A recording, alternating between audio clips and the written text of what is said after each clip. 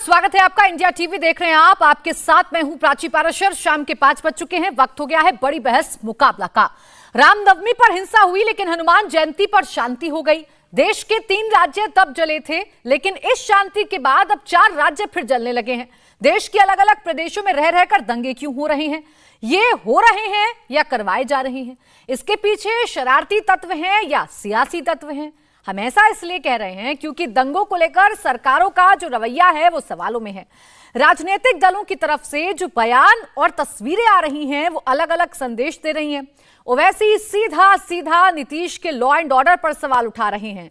उन्होंने नीतीश कुमार इफ्तारी को चुनावी सेकुलरिज्म बताते हुए कहा कि सिर्फ प्रधानमंत्री और मुख्यमंत्री बनने के लिए नीतीश कुमार सेकुलर बन जाते हैं। नीतीश से सवाल बीजेपी भी पूछ रही है कि वो इफ्तार में इतने बिजी हो गए कि अपने घर नालंदा तक नहीं जा पाए, वहां दंगे नहीं रोक पाए। तो दूसरी तरफ मायावती बीजेपी पर आरोप लगा रही हैं। उनका कहना है कि मुस्लिमों की स्थिति जैसी कांग्रेस में थी वैसी ही बीजेपी सरकार में भी हो गई है। आज इसी पर करेंगे मुकाबला, लेकिन उससे पहले रिपोर्ट आप देखिए। रामनवमी के दिन और उसके बाद बंगाल और बिहार में जमकर हिंसा, पथराव और आगजनी। फिर हनुमान जयंती के बाद जमशेदपुर, सोनीपत, इटावा और रायपुर में भी हिंसा भड़की और उपद्रवियों ने जमकर बवाल काटा। एक तरफ आम जनता दंगों की आग में जल रही है तो दूसरी तरफ सियासत भी जारी है। नीतीश कुमार और राजद की जो मिलीजुली की सरकार है उनकी ये सरासर नाकामी है कि उन्होंने इस वायलेंस को, इस हिंसा को रोकने में सरासर नाकाम साबित हुए। एक जुलूस का परमिशन आप देते हैं, पुलिस के सामने मदरसे को जलाया जाता है और आपकी पुलिस तमाशाई बनी बैठी रहती है। तो यकीनन ये पूरी जिम्मेदारी नीतीश कुमार की सरकार पर आयद होती है, उनकी नाकामी की निशानी है। आप इफ्तार की दावत करते हैं और बैठकर मजे ले लेकर खजूर खाते हैं। अरे भाई, ये क्या हो रहा है? आप सत्ता में आप है, कुछ तो अपनी अखलाकी जिम्मेदारी दिखाइए, संवैधानिक जिम्मेदारी दिखाइए। नीतीश इफ्तार कर रहे हैं। ओवैसी आरोप लगा रहे हैं कि नीतीश सिर्फ मुख्यमंत्री और प्रधानमंत्री बनने के लिए सेक्युलर हैं। नीतीश पर आरोप सिर्फ ओवैसी ने ही नहीं बल्कि बीजेपी ने लगाया, क्योंकि नालंदा जहां पर हिंसा हुई वो नीतीश कुमार का गृह जिला है। नीतीश ना नालंदा गए और ना सासाराम, बल्कि इफ्तार की दावत ले रहे हैं। आने वाले चुनाव के लिए वोट बैंक बना रहे हैं। आप इफ्तार करिए, अभी आपका अधिकार है। बड़ी टोपी भी पहनिए। आप संदेश क्या दे रहे हैं, ये बड़ा सवाल है और इसका उत्तर मैं श्रीमान नीतीश कुमार के ऊपर छोड़ता हूं। वो बार बार कहते हैं मैं सबको साथ लेकर चलता हूं। ये कौन सा है आपको सबके साथ लेकर चलने का आपकी सोच, और क्या है आपका सुशासन? अच्छा होता कि इफ्तार भी खिलाते और नालंदा भी जाते। बिहार और बंगाल में दंगों का आरोप विपक्ष ने बीजेपी पर लगाया था। सीधा आरोप था कि चुनाव में फायदा लेने के लिए बीजेपी दंगा करवाती है। लेकिन अब जिन शहरों में दंगे और हिंसा हो रही है उसके लिए कौन जिम्मेदार है? मुस्लिम समाज वास्तव में पहले मुसलमान हैं तथा उनके प्रति भाजपा की सोच, नीति, नियत व उनका ट्रैक रिकॉर्ड कितना द्वेषपूर्ण व घातक है ये किसी से छिपा नहीं है। साथ ही भाजपा के मुस्लिम समाज के प्रति नेगेटिव सोच का ही परिणाम है कि इनकी सरकार में भी वे लोग लगभग उतने ही गरीब, पिछड़े, त्रस्त एवं जान माल व मजहब आदि के मामलों में भी अपने आप को वैसा ही असुरक्षित महसूस करते हैं जितने वे कांग्रेस पार्टी के राज में करते थे। जिससे ये जाहिर होता है कि यहाँ सत्ताधारी पार्टी बीजेपी इस चुनाव में हर स्तर पर अपना राजनीतिक स्वार्थ साधने में लगी है ताकि इसका काफी कुछ फायदा इसके बाद देश में होने वाले लोकसभा चुनाव में इस पार्टी को यहाँ मिल सके। देश के अलग अलग इलाकों में हिंसा देखने को मिल रही है। पार्टियां एक दूसरे पर आरोप लगा रही हैं, लेकिन सवाल उठता है कि क्या दंगे कानून व्यवस्था की कमजोरी दिखा रहे हैं? क्या सियासी फायदे के लिए दंगे करवाए जाते हैं? दंगे पर राजनीति क्यों करती हैं पार्टी?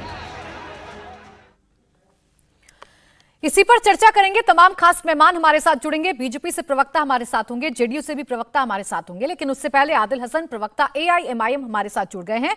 आदिल जी, आपका स्वागत है इंडिया टीवी पर। सबसे पहला सवाल तो यही है कि दंगों में घर जल गए, दंगों में लोगों को परेशानी हुई, लेकिन इस पर जमकर सियासी रोटियां सेकी जा रही हैं, चाहे आपकी पार्टी हो, चाहे बीजेपी हो, चाहे फिर जेडीयू क्यों ना हो। ये राजनीति क्यों? हमारी पार्टी सियासत क्या करेगी? अगर सच्चाई उजागर कर रही है तो इसमें सियासत कहां से आ जाता है? आप ही बतलाइए। नीतीश जी का एडमिनिस्ट्रेटिव फेलियर है, नीतीश जी को होम मिनिस्टर वो हैं, नीतीश जी को देखना चाहिए कि इनका डीएमएसपी क्या कर रहा है। आखिर इंटेलिजेंस फेलियर हुआ, क्यों हुआ फेलियर? जो लोग इन्वॉल्व है अभी तक कार्रवाई क्यों नहीं हुई है? आज तक उस मदरसा में नीतीश जी का उग्रह जिला है, नीतीश जी को फुर्सत नहीं है उस मदरसा में जाने का। अफ्तार पास्त्री का ढकोसला क्यों कर रहे हैं? तेजस्वी यादव क्यों पहन रहे हैं टोपी? ऐसा क्या जरूरत है? टोपी पहनने से क्या हो जाएगा? अब नीतीश जी टोपी क्यों पहन रहे हैं? टोपी उनके लिए क्या है? भूटान से आए थे तो नीतीश जी टोपी नहीं पहने थे, आज टोपी पहन रहे हैं। मुसलमान को क्या दिखाना चाहते हैं? टोपी से जख्म भर जाएंगे क्या? आप ही बतलाइए। आप अब तक कंपनसेशन नहीं दिए, जो दोषी अफसर उस पर कार्रवाई नहीं किए, अभी तक जो कल्प्रिट है उसको पकड़े नहीं। कहां पर इंटेलिजेंस फेलियर हुआ?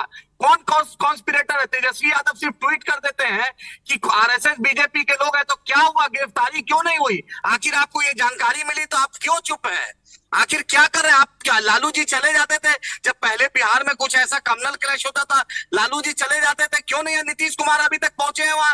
तेजस्वी यादव क्यों नहीं ससाराम और बिहार शरीफ पहुंचे? ये अफ्तार पार्टी किसने कहा? रोजा हम रखेंगे और खजूर खाएंगे नीतीश कुमार, खजूर खाएंगे तेजस्वी यादव, खजूर खाएंगे दूसरे लोग। नहीं तो इफ्तार पार्टी में जाने से आपत्ति हुई है क्या आदिल जी? इफ्तार पार्टी में चले गए अगर नीतीश कुमार, तो इससे आपत्ति हो गई क्या आपको? अफ्तार पार्टी से कुछ नहीं होने वाला है। हमें अफ्तार पार्टी की जरूरत नहीं है, हमें इंसाफ चाहिए, हमें कंपनसेशन चाहिए। बतलाएं कि मदरसा में 1 करोड़ रुपया वो रिनोवेशन के लिए थे, इनका वक्फ बोर्ड का चेयरमैन अभी तक नहीं पहुंचा है, इनका माइनॉरिटी वेलफेयर मिनिस्टर अभी तक बिहार शरीफ नहीं पहुंचा है, ना बिहार शरीफ माइनॉरिटी वेलफेयर। चलिए ठीक है, आपने जो सवाल उठाए हैं पहले मैं उनका जवाब ले लूं आदिल जी, फिर उसके बाद इसके सियासी मायनों को भी समझने की कोशिश करेंगे। अभिषेक झा जेडीयू के प्रवक्ता हमारे साथ जुड़ गए हैं। अभिषेक जी, जो सवाल आज उठाए हैं असदुद्दीन ओवैसी साहब ने या फिर जो आदिल हसन साहब उठा रहे हैं, ये सवाल तो वाजिब है ना, और सवाल आप ही से करे जाएंगे क्योंकि आप सरकार में हैं। आप इसे महज सियासत कैसे कह सकते हैं? प्राची जी, सवाल करने का अधिकार किसी को भी है, विपक्ष के लोग हो, आम नागरिक, कोई भी सवाल कर सकते हैं। हमारा ऐसा मानना है कि जो उपद्रवी होते हैं उनकी कोई जाति नहीं होती, कोई मजहब नहीं, लेकिन ये देश का दुर्भाग्य है। विपक्ष के लोग समझते हैं कि विपक्ष में हैं तो सिर्फ अगर ऐसा मसला होता है तो हंगामे खड़े करना है। आज आपको देखने को मिल रहा है कि देश के विभिन्न प्रदेशों में इस तरह की घटनाएं घट रही, जहां भारतीय जनता पार्टी के लोग सत्ता में है, कहीं विपक्ष में। एक सामूहिक जवाबदेही होती है सत्ता पक्ष और विपक्ष की कि कैसे सौहार्द का वातावरण समाज में स्थापित हो सके। अभी देश में 2 एक्सट्रीम्स है प्राची। एक एक्सट्रीम है भाजपा के रूप में, जो लोग चिल्लाते हैं कि भाई हिंदू खतरे में है, हिंदू खतरे में है, एक खास समुदाय विशेष को टारगेट करता है। दूसरी तरफ भाजपा की भी टीम है एमआईएम के रूप में, जिस तरह से ओवैसी साहब लगातार बयान दे रहे हैं कि मुसलमान खतरे में है, सिर्फ मुसलमान के बच्चों को जेल में बंद किया जा रहा है। मैं चैलेंज देना चाहता हूं कि एक बार वो आंकड़े अच्छे से उठाकर देख ले, बिहार शरीफ के भी और सासाराम के, हिंदू कम्युनिटी के और मुसलमान कम्युनिटी के दोनों ही लोग जेलों के अंदर बंद हैं। जिस किसी ने भी गड़बड़ी की है, गलती की है, उन पर कार्रवाई सुनिश्चित की जा रही है। लेकिन इन लोगों की प्राथमिकता क्या है कि धर्म विशेष का नाम लेकर के इस मामले का ध्रुवीकरण किया जाए ताकि कुछ राजनीतिक लाभ मिल सके। नहीं अभिषेक जी, देखिए जो सवाल पूछे जा रहे हैं वो सवाल तो वाजिब है ना। देखिए इफ्तार पार्टी में मुख्यमंत्री जा रहे हैं, इस पर किसी को कोई आपत्ति नहीं है, उनको अगर बुलाया जा रहा है तो वो जाएं, वो प्रदेश के मुखिया हैं। लेकिन क्या आपको नहीं लगता कि उनका ये भी कहीं ना कहीं फर्ज बनता है कि कम से कम उन जगहों पर चले जाएं जहां पर दंगे हुए थे, जहां पर आग लगाई गई थी, जहां पर पत्थरबाजी की गई थी? चले जाते तो कम से कम लोगों को ढांढस तो बनता, कम से कम ये तो हो जाता कि चलिए मुख्यमंत्री आए, सब ठीक हो जाएगा। प्राची जी, आपने कहा कि इफ्तार पार्टी में सीएम जा रहे हैं तो किसी को आपत्ति नहीं। आप तो लगातार खबरें देख रहे हैं ना, बहुत बड़ी आपत्ति। हमारे विपक्ष के साथियों को, भारतीय जनता पार्टी हो, एमआईएम हो, सबको आपत्ति। जब मुख्यमंत्री जी रामनवमी की शोभा यात्रा में जाते हैं, छठ में जाते हैं, इफ्तार पार्टी में जाते हैं, या जो नवरात्रि होता है उससे जुलूस कर हर चीजों में जाते हैं, इनको बड़ी आपत्ति होती है। नीतीश कुमार जी समाज में सकारात्मक संदेश देते हैं, इस मसले को एकदम आप अलग रखें। दूसरा मसला यह है कि नीतीश कुमार जी का वो गृह जिला है या अन्य जिले भी उनके गृह जिले के समान ही है। नीतीश कुमार जी हर एक स्थिति का जायजा ले रहे हैं, मुआयना कर रहे हैं, स्थितियां आखिर किसने कंट्रोल में लाई। प्रशासन ने, सरकार ने, इन लोगों ने मेहनत करके स्थितियों को कंट्रोल में लाया है। ऐसा तो है नहीं कि विपक्ष के लोग वहां गए। अरे बिहार में तो ये देखने को मिल रहा था कि कैसे भाजपा के लोग हो, एमआईएम के लोग हो, ये सब के सब उन जगहों पर जा रहे थे। क्या अमित शाह जी ने एक भी बार अपील की शांति की? भाजपा के किसी साथी ने अपील की शांति की? ठीक है सर, इन लोगों ने नहीं की, इनसे सवाल पूछा जाएगा। लेकिन ठीक है, आपकी सारी बातें ठीक है, लेकिन अभिषेक झा जी, इस बात से आप नहीं इनकार कर सकते हैं ना कि अगर सीएम चले जाते तो शायद लोगों को ज्यादा उम्मीद हो जाती। सीएम अगर चले जाते, क्योंकि मुख्यमंत्री हैं सर, मुख्यमंत्री हैं, उनसे कम से कम ये उम्मीद तो की जा सकती है ना। अब एसी कमरों में बैठकर तो मुआयना नहीं किया जा सकता है किसी भी दंगे वाली जगह का। खैर, आदिल जी सूची बता रहे हैं शायद, एक सेकंड। हाँ, मुख्यमंत्री 70 किलोमीटर से दूर है पटना से बिहार शरीफ। मुख्यमंत्री जी से पूछिए 31 तारीख को जो मामला हुआ तो एक को क्यों रिपीट हो गया, क्यों नहीं एडिशनल फोर्स चला गया? अगर हम दंगा भड़काने जाते तो हम 1 तारीख को वहां जाते। हम 4 तारीख को डीएम से फोन किए, डीएम ने हमें 6 तारीख को आने बोला, तब हम सबसे आखिर में गए हैं। और इन्होंने अभी तक कंपनसेशन की मुख्यमंत्री ने घोषणा नहीं की। मुख्यमंत्री का गृह जिला है, होम मिनिस्टर मुख्यमंत्री है। अच्छा ठीक है, मैं इस बात का जवाब ले लूं, फिर उसके बाद बीजेपी के प्रवक्ता आरपी सिंह भी हमारे साथ जुड़ गए। जल्दी से जवाब दे दीजिए अभिषेक जी, जो सवाल पूछ रहे हैं आदिल जी। इसमें तो शायद कोई सांप्रदायिकता नहीं है जो आदिल जी बोल रहे हैं। नहीं, आदिल जी बैठे हैं, ऐसा नहीं होता है कि प्राची जी आप बहुत बेहतरीन एंकर हैं, बहुत बेहतरीन आप रिपोर्टिंग भी कर सकती हैं। पूरे देश में कहीं भी घटना घटेगी तो क्या सिर्फ प्राची पराशर ही वहां जाएंगी? या रजत शर्मा जी आपके हेड है, इतना बेहतरीन काम कर रहे हैं, हर जगह न्यूज कवर करने के लिए वही जाएंगे? उदाहरण देने में सर ये तमाम बातें अच्छी लगती हैं, लेकिन जब आप प्रदेश के लोगों को उम्मीद जगाते हैं ना सर, जब आप प्रदेश के लोगों को ये बताते हैं कि आप मुख्यमंत्री हैं, तो फिर आपसे सवाल पूछे जाएंगे। सर, मेरा उदाहरण देकर या मेरे चैनल का उदाहरण देकर आप जिम्मेदारी से थोड़ी ना बच जाएंगे। स्टूडियो थोड़ी है, गजब करते हैं सर, हम किसी जिम्मेदारी से पीछे गजब करते हैं सर। चैनल चला रहे हैं या आप सरकार चला रहे हैं? सरकार पूरा प्रदेश चला रहे हैं मुख्यमंत्री। इनकी वजह से। अरे शांत होकर थोड़ा सुन लीजिए, मैं समझ सकता हूँ कि आप लोग शांति की अपील नहीं कर सकते। जिंदगी भर भाजपा से तोता कम से कम मैं इतनी संवेदनशीलता की तो उम्मीद आपसे कर रही थी कि आप इसका सही जवाब दे देते। सर, आपका उदाहरण बताता है कि आप कितने संवेदनहीन हो गए हैं इस मसले पर। आपका उदाहरण बताता है सर, आप प्रदेश को एक चैनल से अगर कंपेयर करने लग जाएंगे तो हो गया फिर बिहार का बंटाधार। अब रुकिए जरा, मैं बीजेपी से जरा। मुख्यमंत्री चैनल स्टूडियो चलाते हैं क्या? मैं डेविएट नहीं होऊंगा। आप डेविएट करना भी चाहेंगे तो मैं डेविएट नहीं होऊंगा। मैं तो कर रही हूँ, मैं तो सर डिबेट भी कर रही हूँ, मैं तो चर्चा भी आपसे कर रही हूँ, लेकिन आप सही सवालों का सही जवाब नहीं देंगे तो फिर मैं तो आपसे सवाल पूछूंगी ना। आपके हिसाब से तो सवाल नहीं मैं फ्रेम कर सकती हूँ। अब रुकिए आदिल जी और अभिषेक जी, एक सेकंड। चूंकि आप लोग बार बार बीजेपी पर आरोप लगा रहे हैं तो आरपी सिंह जी मेरे साथ है, मैं जवाब ले लेती हूँ, रुक जाइए। आरपी सिंह जी, सीधा सवाल है अभिषेक झा का कि ठीक है, अगर जिम्मेदारी हमारी है तो क्या जिम्मेदारी विपक्ष की नहीं बनती कि अगर आपके कोई नेता पहुंचते हैं बिहार में तो वो शांति की अपील कर दें कम से कम, ताकि माहौल ठीक हो जाए? जिम्मेवारी ये भी बनती है कि जब वहां पर दंगा हुआ, वहां पर हत्याएं होती हैं, तो मुख्यमंत्री जी उसमें चिंता करें। वो है ना कि रोम जल रहा था और नीरो बांसुरी बजा रहे थे, यहाँ पर बिहार जल रहा था और मुख्यमंत्री जी उत्तर प्रदेश। सर, आपको टोका कि अच्छी बात है, मैंने आपको टोका, आपको 10 बार टोका, सुनने की क्षमता रखिए ना जी। उत्तर प्रदेश में तुरंत के तुरंत लोग अरेस्ट कर लिए गए, एक दिन के बाद दूसरे दिन नहीं हुई वहां पे मामला।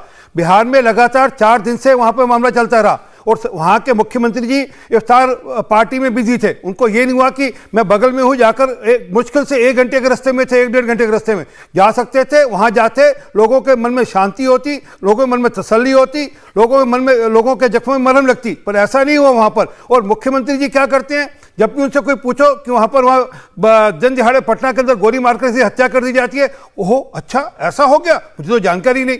असल में क्या वो मुख्यमंत्री है नहीं, मुख्यमंत्री वर्चुअली तेजस्वी यादव है, वो सब कुछ चलाते हैं। ये सर अपने आप को प्रधानमंत्री पद के लिए, आगे की रेस के लिए, ये वोट बैंक की राजनीति के लिए वहां पर इफ्तार पार्टी जाएं, अच्छी बात, हम नहीं रोक रहे, परंतु प्रायोरिटी क्या होगी वो बात है। आप इफ्तार पार्टी में ज़्यादा बिजी है क्योंकि आपको अपना प्रोजेक्ट करना है कि मैं बड़ा मसीहा हूं मुसलमानों का, मुझसे बड़ा मसीहा नहीं मुसलमानों का। सिर्फ वोट बैंक की राजनीति के चलते हुए आप इस प्रकार कर रहे हैं और आपको कोई लेना देना नहीं कि नीचे लॉ एंड ऑर्डर क्या है, नीचे वहाँ पर दंगे हो रहे हैं, नीचे वहाँ पर कत्लो गैरत हो रही है, वहाँ पर छीना झपटी हो रही है, वहाँ पर टोटल वापस से जंगल राज 2 आ चुका है। नहीं तो कोई भी मुख्यमंत्री हो, मुख्यमंत्री छोड़िए, कोई भी संवेदनशील व्यक्ति होगा, वो पहले तुरंत के तुरंत अपने पड़ोस में जाकर, अपने खुद के जहां से वो आते हैं वहां खुद जाकर चिंता करते हैं, जमीन पर जाकर वो।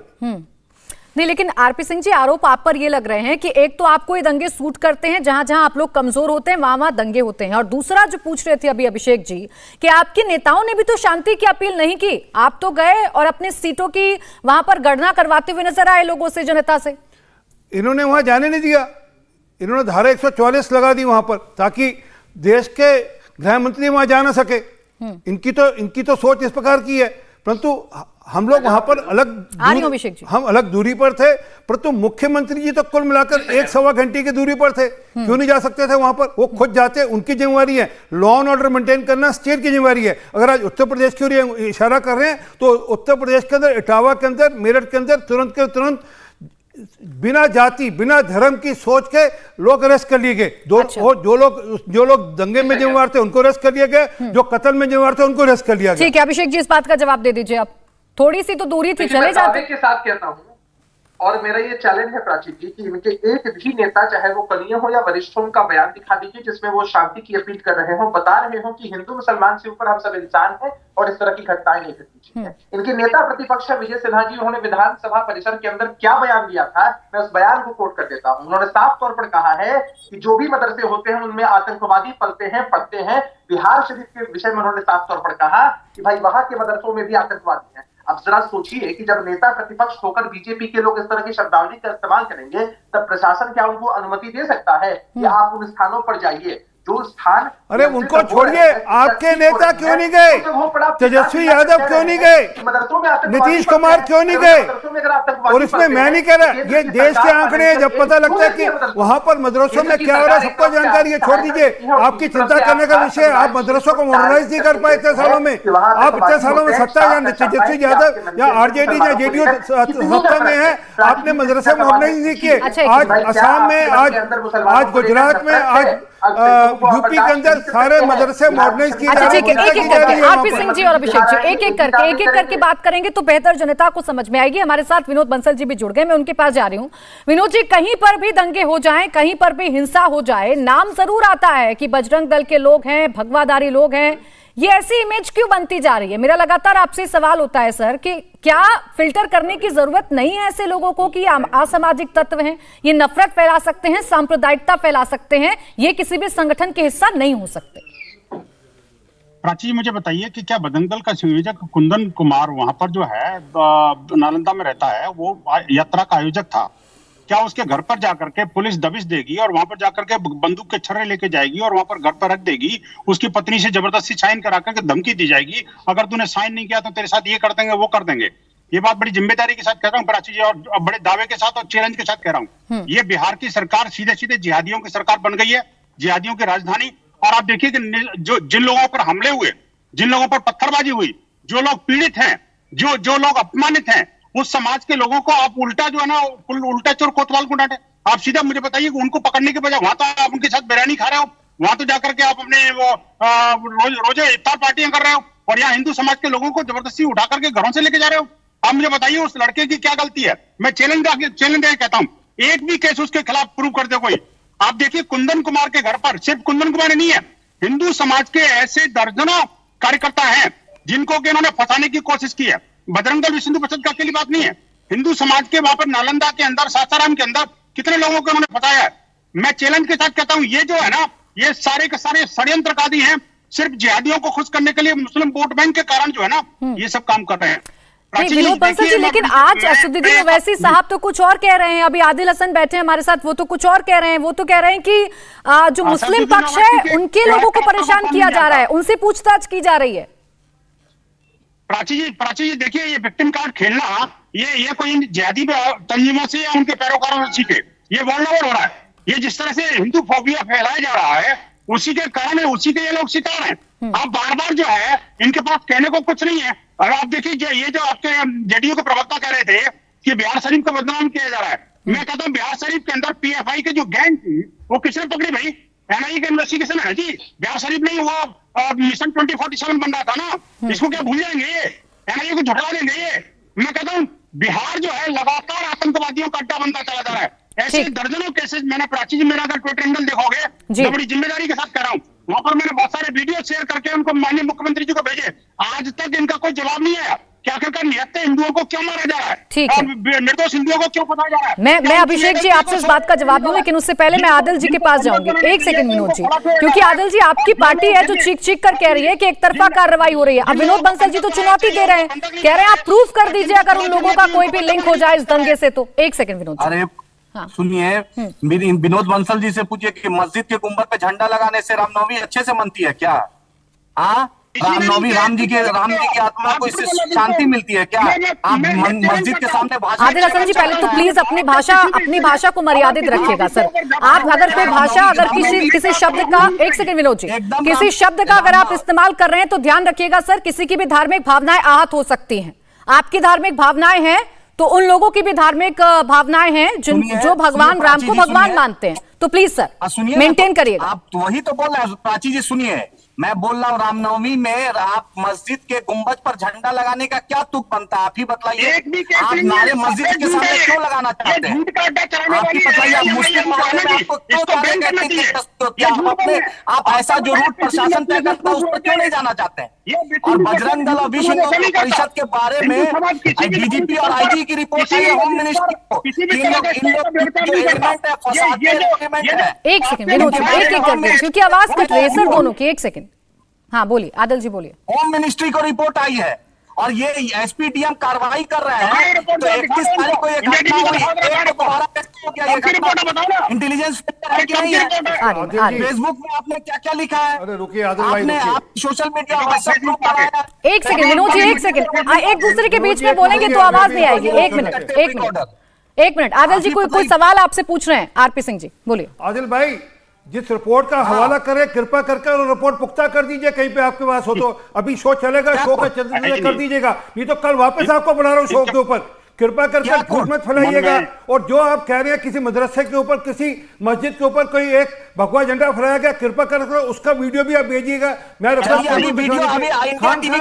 ये जो न्याय को सिस्टम बिल्ड करें ठीक नहीं है। आप वो नहीं बता रहे किस प्रकार से मस्जिद के ऊपर से पत्थरबाजी चली। मैं इस पक्ष में हूँ कि आप किसी प्रकार से भी समाज में विमर्श मत फैलाइए। आप धर्म को लेकर, जाति को लेकर समाज में विमर्श मत फैलाइए। और ये राजनीति जो हो रही है बिहार के अंदर कि हम एक वोट बैंक को चलते हुए हम किस प्रकार से विमर्श फैलाएं और एक वोट बैंक को खुश करें, ये ठीक नहीं है। आदिल जी और आरपी सिंह जी और मैं विनोद बंसल जी आपसे भी रिक्वेस्ट करूंगी एक एक करके। विनोद बंसल जी ने जो सवाल उठाए थे, अभिषेक जी आप उस बात का जवाब दे दीजिए जो विनोद बंसल जी कह रहे थे कि वो तो चुनौती दे रहे हैं। आप जिन लोगों को उठा रहे हैं, जिन लोगों का आप लोग नाम ले रहे हैं, आप प्रूफ कर दीजिए कि वो किसी भी तरीके से कल्प्रिट हैं। आप जबरदस्ती प्लांट कर रहे हैं उनके घर में हथियार, जबरदस्ती उन्हें फंसाने की कोशिश कर रहे हैं। अभिषेक जी, क्योंकि आदिल जी एक सेकंड, विनोद बंसल जी क्या कोर्ट है कि किसी को क्लीन चिट दे रहे हैं? थोड़ा शांत कराइए हमको ताकि आपके दर्शक। विनोद जी एक सेकंड रुक जाइए, आपने जो कि सवाल पूछा है मुझे जवाब लेने दीजिए। बोलिए अभिषेक जी। आदिल जी एक सेकंड बोलिए। विनोद बंसल जी क्या है? कोर्ट है कि किसी को क्लीन चिट दे रहे हैं, प्रशासन को कुछ तथ्य मिलते हैं, उसके हिसाब से कार्रवाई होती है। अगर इनको इतना ही शौक है तो उनके वकील के साथ चले जाए कोर्ट में, जाकर पक्ष रख दे। अगर निर्दोष होंगे तो जेल से बाहर चले आएंगे। जब तक साक्ष्य नहीं आते हैं तब तक किसी पर कार्रवाई नहीं होती। यही तो दुर्भाग्य लगता है कि विनोद बंसल जी इधर से चिल्ला रहे हैं कि हिंदुओं पर हमला हुआ है, हिंदुओं पर हमला हुआ है। आदिल जी इधर से चिल्ला रहे हैं कि भाई मुसलमानों पर हमला हुआ है। अरे इस नजर से क्यों नहीं देखते हैं कि इंसानों ने इंसानों पर हमला किया, कल्प्रिट भी इंसान है और पीड़ित भी इंसान है। अगर कोई रामनवमी बंसल जी एक सेकंड रुक जाइए, एक सेकंड सवाल पूछे उसका जवाब आने दीजिए। अगर कोई मस्जिद की गुंबद पर अगर झंडा गाड़कर किसी की धार्मिक भावनाओं को ठेस पहुंचाता है प्राची जी, वो भी गलत है। लेकिन ये बातें नहीं कहेंगे क्योंकि ये जब चिल्लाते हैं ना तो इससे इनको राजनीतिक लाभ मिलता है। ये पोलराइज करने की कोशिश करते हैं कुछ लोग, हिंदुओं को पोलराइज। अभिषेक जी सुनिए सर एक सेकंड, पहले मेरा सवाल सुनिएगा। आपको जब इतने अच्छे से पता है कि पोलराइज करने की कोशिश हो रही है, आपके नेताओं को अच्छे से पता है कि ये साजिश रची गई है, बिहार में ऐसे दंगे नहीं हो सकते, ये बीजेपी की साजिश है, आपके कई नेताओं की तरफ से कहा गया है। तो मेरा सवाल आपसे ये है कि सर आपकी सरकार कर क्या रही है? आपने कितने बीजेपी नेताओं को पकड़ लिया या कौन सा ऐसा सबूत आपके हाथ लगा है जिससे मैं आरपी सिंह जी से सवाल पूछूं सीधा? प्राची जी, अनुसंधान में समय लगता है, अनुसंधान लगातार किया जा रहा है और आप बिना अनुसंधान के आप लोग पकड़ रहे हो, आप उनके प्लान करें। वो कौन सा अनुसंधान है जहाँ पर आप जाकर वहां पर आप तमंचा पकड़ाते हो, वहां पर कहीं गोलियों के छड़े पकड़ाते हो आप? वो कौन सा, वहाँ कौन सा आपने अनुसंधान कर लिया आपने? ये दो तरफी बात नहीं चल सकती आपकी। विश्व हिंदू परिषद की बेचैनी देख लीजिए, बजरंग दल वालों की परेशानी देख लीजिए। अरे एक कोई अरेस्ट नहीं तो अभिषेक सिंह जी, अभिषेक झा जी, आपसे फिर सवाल पूछा जाएगा ना कि अगर कोई रिपोर्ट नहीं है, कोई जांच अभी तक नहीं आई है, तो बिना जांच के आप लोग बीजेपी, वीएचपी और बजरंग दल पर आरोप लगाने लग गए सर? एक बात बताइए, नहीं कैसे पता चल गया आपको? इनके नेताओं के बयान को सुनिए प्राची जी। देयर इज नो, तो बयानों के आधार पर आप ये तय कर लेंगे कि दंगे किसने फैलाए हैं। अब एक सेकंड रुकिए, मेरे साथ एक और मेहमान जुड़ गए, एक सेकंड। मौलाना मोहम्मद नाजिम कासमी हमारे साथ हैं, जमीयत महासचिव बिहार से। मौलाना, अगर आपको आवाज आ रही है मेरी, तो मेरा सवाल आपसे ये है कि दंगों का क्या कोई धर्म हो सकता है? क्या इसे इस चश्मे से देखा जाना चाहिए कि कौन सा पक्ष पीड़ित है और कौन सा पक्ष पीड़ित नहीं है? मौलाना साहब, दंगों का कोई धर्म तो नहीं है, लेकिन आदमी जब दंगा फैलाता है तो आप लोगों को देखना चाहिए ना कि वो दंगा फैलाने वाला कौन है। क्या लोगों को नजर नहीं आता है दंगा कौन फैला रहे हैं? क्या लोग नहीं समझते हैं दंगा फैलाने वाले कौन है? दंगे तो वही फैलाते हैं। कौन फैलाते हैं सर? एक सेकंड बंसल जी एक सेकंड। कासमी साहब, कौन फैलाता है दंगे? बताइए, आप तो सवाल पूछ रहे हैं, आप मुझे जवाब दीजिए, कौन फैलाता है दंगे? रामनवमी की शोभा यात्रा कौन रोकना चाहता है? सीधा पूछिए। में निकले थे उसी ने तो दंगे फैलाए। रामनवमी की शोभा यात्रा कौन रोकना चाहता है? हनुमान जयंती पर शोभा यात्रा न निकले, इसकी चिंता कौन कर रहे हैं? वहां पर कौन चाह रहा है कि हनुमान जयंती पर शोभा यात्रा न निकले? शोभा यात्रा में जो लोग निकले थे उसी ने तो दंगा फैलाया। वो कौन लोग हैं? क्या प्रूफ है आपके पास कासमी साहब? कासमी साहब, कोई प्रूफ है क्या? पूछना है, कोई प्रूफ है आपके पास जो आप इतना बड़ा आरोप लगा रहे हैं? एक सेकंड, पूरी दुनिया ने प्रूफ देखा है कि इस काम को किसने किया है। नहीं तो दुनिया ने तो ये भी देखा है कि पत्थरबाजी हुई है शोभा यात्रा पर। ये तो जांच के बाद ही तो तय हो पाएगा ना कि किसने किसके ऊपर पत्थरबाजी की है। सबूत है कि पत्थरबाजी हुई है शोभा यात्रा पर। तो यही तो मैं बोल रही हूँ कासमी साहब आपसे कि जब कोई प्रूफ नहीं है, जब कोई रिपोर्ट अभी तक आई नहीं है, तो आप कौन होते हैं तय करने वाले कि शोभा यात्रा से दंगा फैला है? आपने कैसे जनरलाइज कर लिया? सुनिए, मेरी बात सुनिए। मैं बिहार शरीफ गया, वहाँ डीएम से मुलाकात की, मैं वहाँ एसपी से मुलाकात किया, मैंने वहाँ मस्जिद के इमाम साहब से मुलाकात किया। इमाम साहब मस्जिद में ताला लगा के बंद हैं। शोभा यात्रा के लोगों ने अंदर मस्जिद में जा करके आग लगाई, पहले वाले हिस्से में इमाम पर पथराव किया। अब कैसे सबूत मिल सकता है? ब्रेक पर जाने से पहले आरपी सिंह जी, आरोप कई सारे लगे और कासमी साहब कह रहे थे कि ये तो देखना होगा शोभा यात्रा ने कैसे अराजकता फैलाई है। मेरा सवाल तो सीधा यही है ना कि इसमें धर्म क्यों देखना? क्या हमें ये नहीं देखना चाहिए कि कौन अराजक तत्व था, उसकी पहचान हो जाए और उस पर कार्रवाई हो जाए? देखिए प्राची, उनसे ये पूछिए, जब फ्रांस के अंदर मैच हारने के चलते हुए वहाँ पर दंगा होता है और वहाँ पर पाया जाते हैं कि एक धर्म जाति के लोग पथराव कर रहे हैं क्योंकि मोरक्को मैच हार गया, तो वहाँ पर कौन से लोग वहाँ पर शोभा यात्रा निकाल रहे होते हैं? वहाँ पर जब किसी एक धर्म के लोग अपनी यात्रा निकालते हैं तो दूसरे धर्म के लोग वहाँ पर जाकर क्यों वहाँ पर पथराव करते हैं और वहाँ पर आगजनी करते हैं? ये पूरे यूरोप में हो रहा है। तो वहाँ पर तो विश्व हिंदू परिषद या बजरंग दल नहीं है वहाँ पर, परंतु शोभा यात्रा आज से नहीं निकली, 300 साल से निकली शोभा यात्रा, आपकी जानकारी के लिए। और परंतु आपने तो 300 साल पहले भी एक व्यक्ति मरा था। सुन लीजिए सर, मैंने टोका नहीं आपको। तो इसलिए निरंतर आप शोभा यात्रा न निकले, इसकी एक सोची समझी चाल चल रही है। एक धर्म जाति के लोगों को खुश करने के लिए वोट बैंक की राजनीति के चलते हुए ये सुयोजित ढंग से हो रहा है। वहाँ की सरकार लॉ एंड ऑर्डर ही नहीं फेल, वहाँ का इंटेलिजेंस भी फेलियर है। अगर उनकी जानकारी में था, ये कह रहे हैं कि भाजपा के लोग उसमें इन्वॉल्व हैं, तो इसका मतलब आपकी जानकारी में था तो आपने क्यों नहीं पहले एक्शन लिया आपने? और एक्शन लेकर उन लोगों को पहले अरेस्ट क्यों नहीं किया आपने वहां पर दंगे क्यों नहीं दिए? वहां पे आपने शोभा यात्रा पर पथराव क्यों नहीं दिए? आप कह रहे हैं कि किसी एक धर्म के स्थान के ऊपर शोभा यात्रा के लोगों ने कोई झंडा लगा दिया, तो कृपा कर कुछ वीडियो को एविडेंस लाइए, परंतु आपकी सरकार क्या कर रही है, वहां पर लोगों के घरों में जाकर तमंचा रखना, वहां पे लोगों के घर पे जाकर बुलेट्स रखना, वहां पर हथियार रखकर अरेस्ट कर रही है। ये तकलीफ देह है और ये कोर्ट में हम साबित कर लेंगे, चिंता मत करिए। वहां पे जो लोग हैं समाज के, वो लोग कोर्ट में जाकर साबित कर लेंगे। परंतु एक बात बड़ी स्पष्ट है, आज वहां की सरकार नीतीश बाबू नहीं चला रहे, वहां की सरकार तेजस्वी यादव चला रहे हैं। वो अगले चुनाव की, अपने असेंबली चुनाव की तैयारी कर रहे हैं। नीतीश बाबू सिर्फ अपने आप को अगली बार के प्रधानमंत्री पद के कैंडिडेट डिक्लेयर करने के लिए उस हिसाब से अपनी रणनीति, उस हिसाब से अपनी गोटियां फिट कर रहे हैं। अभिषेक जी, आप सरकार में हैं, मैं बार बार कह रही हूं, जिम्मेदारी आपकी है, आपसे तो सवाल पूछा जाएगा ही। जो सवाल अभी आरपी सिंह जी पूछ रहे हैं या जो सवाल असदुद्दीन ओवैसी साहब ने पूछा है, वो बड़ा सिंपल, बड़ा सीधा सा सवाल है। आप सरकार में हैं, आपकी स्ट्रॉन्ग सरकार है, आप पूरी बहुमत के साथ सरकार में हैं, आपका एक बड़ा सा गठबंधन है। आपको कैसे नहीं पता चल पा रहा कि आपके बिहार में लॉ एंड ऑर्डर खराब करने के लिए साजिश रची जा रही है? प्राची जी, एक लाइन में जवाब देता। कहीं लॉ एंड ऑर्डर खराब करने की कोई साजिश होती है, कोशिश होती है, होता भी है कुछ। तो सरकार की जवाबदेही है, सरकार अपनी जवाबदेही से पीछे हटने की बात नहीं करती है। और सरकार ने, प्रशासन ने चाक चौबंदी दिखाई है, तभी स्थितियां नियंत्रित हुई हैं। जो लोग हैं वो अरेस्ट हो रहे हैं, पकड़े जा रहे हैं। ये तो एक पक्ष। कितने दिनों बाद पूछते हैं, चर्चा जब व्यापक, कितने दिनों बाद उत्तर प्रदेश में एक दिन के अंदर, बहुत अच्छा धन्यवाद आपका, एक दिन के अंदर 24 घंटे के अंदर सब लोग अरेस्ट कर लिए गए। एक सेकंड, उनको जवाब देने दीजिए, बोलिए। जहाँ आपकी सरकारें हैं वहां की चर्चा तो आप नहीं कर रहे हैं। आप क्यों सकारात्मक विपक्ष की भूमिका नहीं निभा सकते हैं? आप क्यों भड़काऊ बयानबाजी करते हैं? आप प्राची जी, आप मुझसे पूछ रही थी कि आप लोगों को शक इन पर क्यों होता है। भाई, जब इनके बड़े नेता खुलकर इस तरह के बयान देते हैं, कहीं ये पूछिए जरा आरपी सिंह जी से कि क्या सिर्फ हिंदुओं के साथ जाती हुई है, मुसलमानों के साथ जाती हुई है कि नहीं? पूछिए जरा MIM के साथी से कि क्या सिर्फ मुसलमानों के साथ जाती हुई है, हिंदुओं के साथ जाती नहीं हुई है? इन दोनों लोगों को, दोनों पक्षों को समझना जरूरी है। ये दोनों ही खतरनाक है।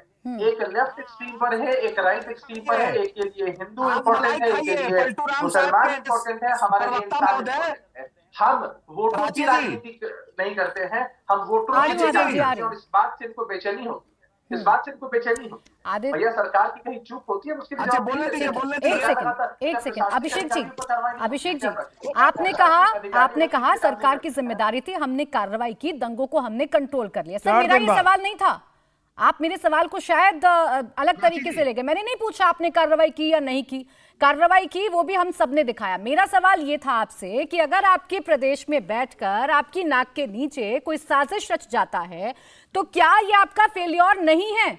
आपको कानों कान खबर नहीं हो पाती है? जब प्राची जी, एक बात आ रही हूँ आदिल जी, एक सेकंड। सारे इनपुट्स आते हैं हमारे पास, बहुत सारे ऐसे प्रशासनिक महकमे के अधिकारी होते हैं जो शायद इनपुट्स के आधार पर काम नहीं कर पाते। नीतीश कुमार जी का बिहार है जहां ऐसे अधिकारियों पर जो लापरवाही बरतते हैं उन पर भी कार्रवाई की जाती है। लेकिन ये जो मामला घटा है वो एक सुनियोजित साजिश के तहत पर था। अब इसको लेकर इनपुट क्या था, क्या नहीं था, उसको लेकर प्रशासनिक महकमे के अंदर भी अनुसंधान चल रहा है कि किन लोगों ने लापरवाही बरती है, किन लोगों ने समय रहते एक्ट नहीं किया। चलिए, आपने ये माना कि आपका प्रशासन फेल हुआ, वहां पर सुनियोजित दंगे हुए आपके हिसाब से, और आपका प्रशासन उसके ऊपर फेलियर हुआ, उस सारे विषय पर इंटेलिजेंस फेलियर हुआ। आपका प्रशासन 4-4 दिन दंगे चलते हैं, उसको ठीक करने में, उसको रोकने में फेलियर हुआ। आप मान रहे इस बात को, परंतु आप ये नहीं कह रहे, आप कह रहे हिंदू मुसलमान, आप ये क्यों नहीं बता रहे कि सिर्फ शोभा यात्रा पर कोई मुहर्रम पर हुआ, क्या किसी और कारण से हुआ, क्या किसी और त्योहार पर हुआ? शोभा यात्रा पर, हनुमान जयंती यात्रा पर क्यों होगा? अच्छा, एक एक करके सुनिए। हाँ, ठीक है जी, क्या बोल रहे हैं अभिषेक जी? बस मैं 30 सेकंड में ये खत्म करना चाहता हूँ। हाँ, बोलिए। इनको उत्तर प्रदेश, हरियाणा, गुजरात, महाराष्ट्र ये सब नहीं दिखता है। एक दिन के अंदर 24 घंटे से पहले 6-6 घंटे के अंदर कार्रवाई होकर लोग सबके सब अंदर हैं, और उसमें धर्म जाति नहीं देखी गई आपकी तरह। वहां पर हथियार प्लांट नहीं किए जा रहे। राजनीति सर्वोपरि है। ये लोग राजनीतिक गिद्ध हैं। राजनीतिक गिद्धों से देश की जनता को बचाना बेहद आवश्यक है। तो अभिषेक जी, आप क्या कर रहे हैं? प्रदेश चलाने की जिम्मेदारी सरकार की होती है, विपक्ष की नहीं होती है सर। वहीं केंद्र में आप कह रहे हैं ना, वहीं केंद्र में आप कहते हैं ना कि जिम्मेदारी सरकार की है, विपक्ष की नहीं है। आप अपने राज्य में क्या कर रहे हैं सर? सत्ता में आते ही थोड़ी ना बदल जाते हैं सारे नियम और कानून। अब एक सेकंड रुकिए आदिल जी, पूछ रही है 4 राज्यों। हाँ, एक सेकंड अभिषेक जी। आदिल जी, सांप्रदायिकता क्यों? 17 साल से बीजेपी के गोद में बैठ के उसी के पालना में जो घूमे झूले हैं नीतीश जी, अब बीजेपी की फैक्ट्री का दूध पी के पले बड़े, अब पूरे बिहार में आरएसएस बीजेपी को ये नीतीश जी लाए हैं। इनका इंटेलिजेंस ऑफिसर क्या करा था कि डीएमएसपी पर कार्रवाई किए हैं। गोधरा जल रहा था तो नीतीश जी मोदी जी के साथ थे। 2003 में मोदी जी का जाके गुजरात में प्रचार किए हैं। यही नीतीश जी 2005 से लेकर अब 17 में रातों रात बीजेपी के साथ सरकार बना लिए थे। लालू जी कहते थे ऐसा कोई सगा नहीं जिसको नीतीश जी ने ठगा नहीं। पलटू राम यही तेजस्वी तेज प्रताप कहते थे। कहां गए? अब चचा भतीजा हो गए। मुझे अवतार पार्टी नहीं चाहिए, इंसाफ चाहिए कि डीएमएसपी पर कार्रवाई किए। किसने इंटेलिजेंस फेलियर किया? 125 साल पुराना मदरसा को जला दिया गया। इनका माइनॉरिटी मंत्री अभी तक नहीं गया, इनका वक्फ बोर्ड का चेयरमैन अभी तक नहीं गया, मुख्यमंत्री नहीं गए, डिप्टी सीएम अभी तक क्यों नहीं गए? मुख्यमंत्री गृह मंत्री हैं। आखिर अवतार पार्टी देकर आप क्या दिखाना चाहते हैं? आप मुसलमान को अवतार पार्टी देकर लॉलीपॉप देना चाहते हैं? आदिल हसन जी, आपके सवाल वाजिब हैं और इन सवालों का जवाब मैं अभिषेक जी से लूंगी, लेकिन सर मुझे अच्छा लगता है कि जितना आप जिक्र मदरसे का कर रहे हैं उतना ही जिक्र आप शोभा यात्रा का भी कर लेते कि शोभा यात्रा पर भी पथराव हुआ है। आप ये भी बता देते कि रामनवमी पर शोभा यात्रा निकल रही थी। सर प्राची जी, डीएमएसपी ने क्यों नहीं वीडियो शूट किया पूरे यात्रा का? जब इंटेलिजेंस का इनपुट था तो क्यों नहीं वीडियोग्राफी हुई? तो अगर आपको मदरसे की खबर मिल गई तो आपको शोभा यात्रा की खबर क्यों नहीं मिल रही है? सर शोभा यात्रा खत्म हो चुका था, लास्ट में ये मामला हुआ है, जब आखिरी था, यात्रा का आखिरी लेग था, आखिरी था ये मामला। इतनी सारी जानकारी है तो जाइए ना प्रशासन की आप ही मदद कर दीजिए। अगर अभिषेक झा की जो सरकार है वो कुछ नहीं कर पा रही है तो आप मदद तो कर दीजिए ना सर, इंसाफ मिल जाएगा। अरे भाई हमको तो जाने नहीं दिए मैडम, जाने नहीं दिए बिहार शरीफ। चलिए एक अभिषेक जी और बता दीजिए, आपके वहां पे सहयोगी दल के विधायक हैं मोहम्मद निलुद्दीन साहब, वो कहते हैं कि हम तो बम बनाएंगे, हमारे बच्चे बम अपनी आत्मरक्षा के लिए बनाते हैं। आपने कोई एक्शन लिया उनके ऊपर? कोई बयान दिया आपके मुख्यमंत्री जी ने? कोई बयान दिया? क्यों नहीं दिया बयान? क्यों वो अभी तक विधायक बने हुए हैं जो कहते हैं कि हमारे मुसलमान बच्चे इसलिए बम बनाते हैं कि उनको आत्मरक्षा करनी पड़ती है? अरे आरपी सिंह किसने कहा है? आरपी सिंह जी किसने कहा है? मोहम्मद निलुद्दीन, आपको भेज देता हूं मैं जानकारी आपको। कौन है आपके? वो विधायक हैं, वो विधायक हैं, आरजेडी के विधायक हैं। वो कह रहे हैं सासाराम के हमले के दौरान कह रहे हैं कि हमारे बच्चों को आत्मरक्षा के लिए बम बनाने पड़ते हैं। अरे किस पार्टी के विधायक हैं? आरजेडी के। तो आरजेडी का मैं प्रवक्ता नहीं हूं। मैं आपको कह नहीं रहा, मैंने आपसे बात ही नहीं करी साहब, आपसे पूछा ही नहीं, मैंने अभिषेक सिंह जी से पूछा, आप बीच में टपक पड़े। अभिषेक जी से पूछा कि उन्होंने अब तक मुख्यमंत्री जी ने एक बयान नहीं दिया इसके ऊपर। आप उसको हाँ कर रहे हैं और उसको शह दे रहे हैं। आप चलिए जवाब ले लेते हैं। अभिषेक जी जवाब दीजिए इस बात का। अब रुकिए आदिल जी। देखिए, एक तो जिन विधायक का ये जिक्र कर रहे हैं उनका बयान मैंने सुना नहीं। अगर इस तरह का बयान किसी अरे वाह, अब आपने सुना नहीं है? आप बिल्कुल आप नीतीश कुमार के चेले हैं पूरे। यही नीतीश कुमार कहते हैं मुझे पता ही नहीं। अरे वहाँ घटना हो गई, अच्छा मुझे तो पता ही नहीं। आरपी सिंह जी सुनने की क्षमता रखते। अरे सुनने की क्षमता जब रखूं, आप प्रवक्ता हैं पार्टी के, आप सरकार के प्रवक्ता हैं और आप कहते हैं मुझे पता ही नहीं, मैंने सुना ही नहीं। एक सेकंड आरपी सिंह जवाब बोलिए। प्राची जी, एक प्रवक्ता के नाते क्या आरपी सिंह जी अपने नेता प्रतिपक्ष के बयान से इत्तेफाक रखते हैं जिसमें उन्होंने साफ तौर पर कहा है कि मदरसों में आतंकवादी ही पलते हैं और पढ़ते हैं, फिर भी केंद्र की सरकार मदरसों को एड देती है? जवाब दीजिए इस बात का कि क्या आप इस बयान से इत्तेफाक रखते हैं कि नहीं? मुझे ये एक प्रश्न का उत्तर प्रश्न नहीं हो सकता।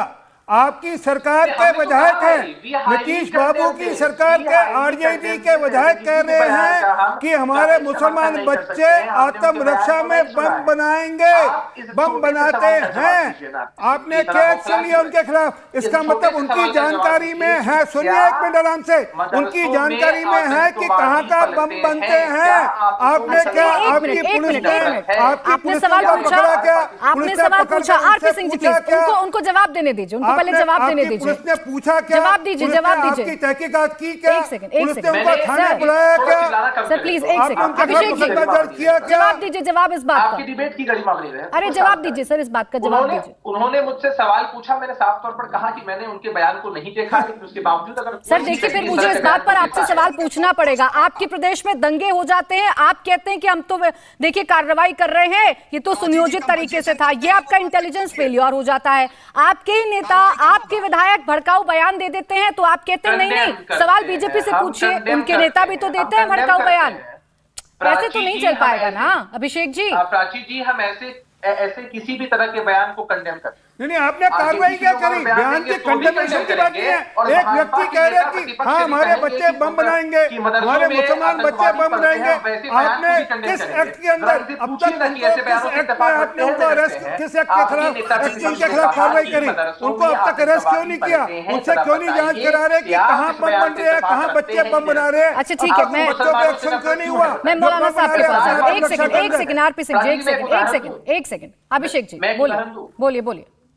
मैं एक जवाब आने दीजिए, एक सेकंड। भाजपा के लोग चिल्ला रहे थे कि इफ्तार पार्टी में नहीं जाएंगे, बॉयकॉट करेंगे। भाजपा के वरिष्ठ नेता रहे सुशील कुमार मोदी जी, हर बार इफ्तार पार्टी दिया करते थे, इस बार उनको भी वंचित कर दिया गया। शाहनवाज हुसैन जी से आप भली भांति परिचित, मैं सवाल करूंगा। उन बेचारों को, जो भी बेचारे अल्पसंख्यक समाज से आने वाले लोग हैं, वो लोग अलग से अभिषेक जी, यहाँ बात आरजेडी के विधायक की हो रही है, आप इफ्तार पार्टी पर चले गए। मैं इफ्तार पार्टी पर आपसे सवाल करती हूँ, एक सेकंड, तो आप बीजेपी पर चले जाते हैं। ऐसे नहीं होती ना सर चर्चा।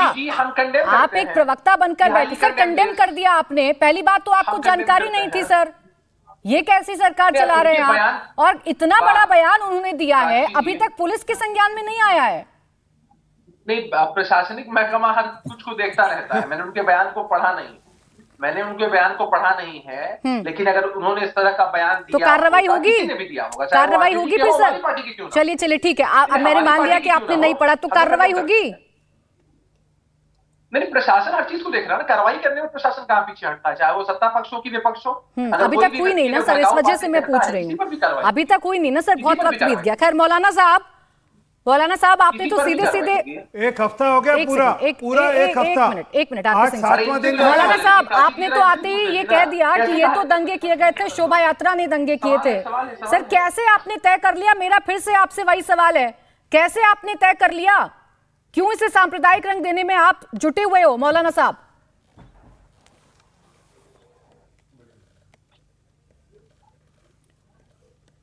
आवाज आ रही है मौलाना जी? हाँ आवाज आ रही है। मैं ये कह रही हूं कि इसे आपने कैसे तय कर लिया कि ये जो दंगे थे ये शोभा यात्रा के जरिए फैलाए गए थे? मैंने ये कहा कि शोभा यात्रा के जरिए ये दंगा फैलाया गया। क्या कह रहे थे फिर सर आप? हम तो ये कह रहे हैं कि हमारे इमाम साहब मस्जिद में मौजूद हैं और अंदर का ताला लगा हुआ है। शोभा यात्रा में आने वाले लोगों ने मस्जिद के अंदर घुस करके वहाँ के मीनारे को तोड़ा, इमाम के ऊपर पत्थर फेंका। अब इसके बारे में आप क्या कहिएगा? अंदर वीडियो कैमरा लगा हुआ है, अंदर वीडियो कैमरा लगा, कृपा कर वो वीडियो फिल्म दिखा दीजिए। उस मस्जिद में वीडियो कैमरा लगा है ना। अब तो कोई मस्जिद ऐसी बची नहीं, कोई ऐसा मदरसा बचा नहीं जिसमें वीडियो कैमरा नहीं है। कृपा कर वो वीडियो कैमरा जनतक कीजिए, बिना बात के बेफजूल बात मत करिए। आग लगा दी, किसने आग लगाई? मैं जो पूछ रहा हूँ, जो आप बेफजूल बात मत करिए। वहां पर वीडियो कैमरा हर मस्जिद के अंदर, हर मदरसे में लगा है। अभिषेक जी हाँ करेंगे इस बात की, और अगर लगा है तो कृपा कर वो वीडियो जनतक कीजिए। बेवजह यहाँ पर विमर्श से मत फैलाइए, दंगा फैलाने की कोशिश मत करिए आप। अच्छा चलिए सर ठीक है, मेरे पास समय समाप्त हो गया। मौलाना साहब, आरपी सिंह जी और अभिषेक जी, बहुत बहुत शुक्रिया आप सभी का हमारे साथ इस चर्चा में जुड़ने के लिए। इंडिया टीवी हर वक्त हर जगह डाउनलोड करने के लिए सर्च करें India TV news Google play store या ऐप स्टोर पर।